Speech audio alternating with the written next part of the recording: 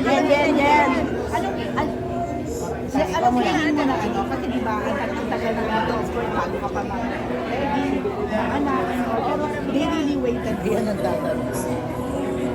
Siyempre nagpapasalamat ako na hinintay ako ng GMA, hinintay ako nila si Ian. Kasi Ian. siyempre pwede naman po akong palitan, di ba? Ilang araw pa lang naman yung nasushoot namin. Pero hinintay Parang ako ngayon nila. natakot na ako yung papalitan. Ako yun, kinabahan ako kasi sabi ko, naku, baka hindi na ibigay sa akin. Ang ganda pa naman ng project.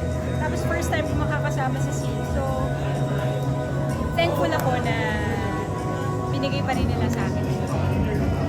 So, ikaw, Ian, bakit din you really waited pa rin for Jen sa project na?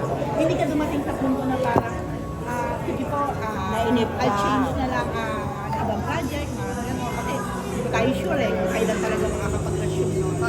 Yun nga po, totoo naman po na ako yung natatakot na parang baka ako yung palitan ni Miss Jenny Lynn. Kasi naman po, I mean, while waiting naman po, they gave us a date, Jenny Lynn gave us a date naman po on when she's gonna be back.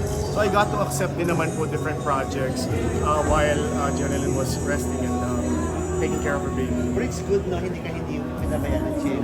Oh, laking Last question na po pasasalamat. tayo. Last Laking pasasalamat po. Uulit-ulitin ko yon na laking utang na loob po. Kasi nung in-offer naman po sa akin yung Love Dynamic, wala pa po ako nagagawa sa kanila. Ang nakikita pa lang po nila yung gawa ko po sa other station and I will always say I'm grateful. And of course kay Jenny Lynn kasi syempre approve pa niya yun. Sino ba makakatrabaho? Sino ba yung makakatrabaho? Kasi yan? Sige, okay na. Pwede na yun.